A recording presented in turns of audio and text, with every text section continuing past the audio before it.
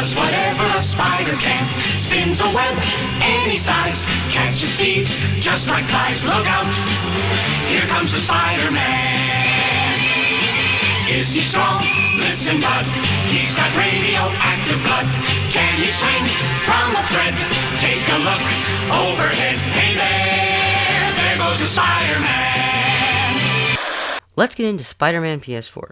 Spider-Man was made exclusively for the PlayStation 4 console, and it makes sense why if you think about it. It was made by Insomniac Studios, who, before this, made a game called Sunset Overdrive, which was exclusively for the Xbox One. Also, since it was made for the PS4, there's much less of a risk for ridiculous glitches that you can see in some multi-platform games. The game starts off differently than most others. Rather than there being a big introduction and a tutorial, it throws you into a firefight and then a boss battle within the first hour of a 20-hour game. The boss fight is against Wilson Fisk, aka the Kingpin, who Spider-Man has been trying to catch and put away for his entire 8 years of being Spider-Man. Speaking of 8 years, it's a much better take on Peter Parker as you switch from him getting used to his powers to him being ridiculously overpowered. After beating Wilson Fisk, you get some downtime in the city to get used to how Spider-Man controls and the different kind of side quests and activities you can do throughout this giant and terrifyingly accurate city. Like, I'm not even kidding, they studied New York to a T and perfectly modeled it in the game while adding some additional spins on it, like Avengers Tower, Oscorp, and even a metal statue of Lockjaw from the Inhumans. Once you explore for a bit, you finally get to craft your new suit called the Advanced Suit, with plans that Dr. Otto Octavius emailed to you. After you make it, you get to go out in the city and take it for a spin. This is where the story starts to go insane. You get introduced to MJ when you're stopping a break-in at an art museum owned by Fisk, and as most of you know from seeing my playthrough, MJ is...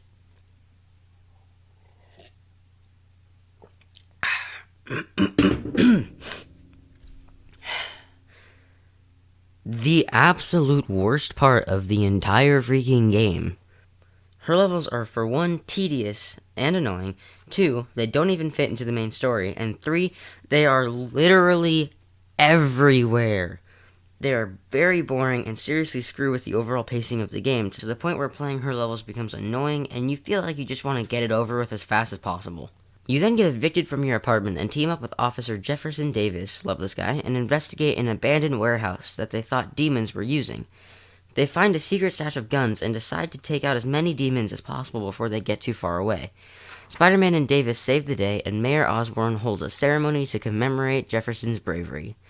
However, while they are having the ceremony, Peter's spidey sense goes off, and he pushes his way through the crowd to see Martin Lee, who is Aunt May's boss at the Feast homeless shelter that she works at, along with 2 other suicide bombers to ruin everyone's day. In an act of bravery, Davis tries to push one of the bombers away and save everyone, but in the process of doing so, gets killed along with many other people.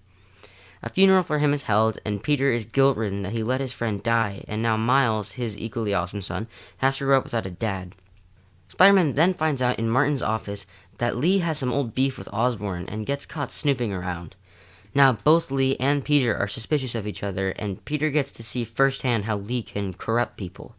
Peter also finds out that a deadly gas called Devil's Breath, which was being produced as a cure, but in its current stage is wildly unstable and can cause the equivalent of the bubonic plague. Peter also finds out that Lee's plan is to release the Devil's Breath and frame it on Osborn to ruin his life. Lee tries to do it in Grand Central Station, but is stopped by Spider-Man and another MJ mission and put in the Raft, which is basically a super prison built to contain most of Spider-Man's greatest foes like Electro, Vulture, Rhino, and more. During all of this chaos, Otto Octavius and Peter have been working to improve prosthetic limbs with new technology, which at this point, Otto has improved to look more like octopus arms. However, during this, Otto's hate for Norman is growing much more because of reasons we'll find out later. Otto's arms are controlled by the neural interface chip on the back of his neck, which is slowly driving him crazy. Spider-Man then goes to stop a giant breakout at Rikers, which is another prison neighboring the Raft. Then, after stopping most of those criminals, he gets lured away by a big explosion at the Raft and goes to investigate.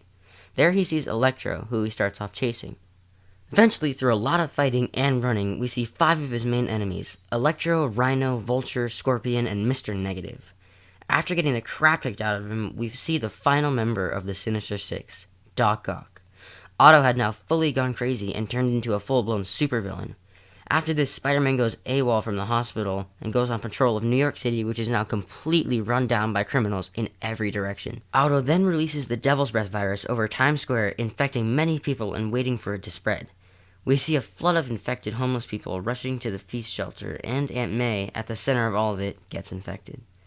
After beating Rhino, Scorpion, Electro, and Vulture, the only 2 people who are left are Lee and Otto. Once you go through an intense battle and convince Martin Lee to stop, Otto is the final battle. After an intense battle and a tear-jerking scene between Peter and Otto, Peter returns to Feast with the cure to see Aunt May on her deathbed. According to Dr. Morgan Michaels, a scientist and specialist on Devil's Breath, multiplying the cure would take hours to a day, time that Aunt May doesn't have. Aunt May reveals that she knew Peter was Spider-Man for a while now, and in her own way tells Peter to save the cure for everyone else and let her go. Peter then breaks down into tears next to Aunt May, and she dies. And with that, the game is over.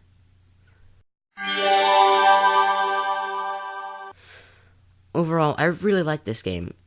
It is an all-new and original take on Spider-Man, and it's one that I'm excited to see a sequel for. This game, however, does not have the same issues that Uncharted did. It doesn't make the game feel impossible on higher difficulties. In fact, it makes it more fun in a challenging way. I beat the game for the first time on Amazing difficulty, which is the same as normal difficulty on other games, then did a New Game Plus, making the enemies tougher. After that, I actually went back and went through the game 2 more times on Ultimate difficulty, which is the highest difficulty that you can only get from beating the game beforehand. The only complaint that I have about this game is the difficulty in the beginning. It becomes very difficult towards the earlier parts of the game when playing on Ultimate difficulty, but then I went through a second time on New Game Plus and beat the game again with all of my upgrades, which, as you can probably tell, makes it a lot easier. Overall, I give this game another 4 out of 5. Because of the MJ part!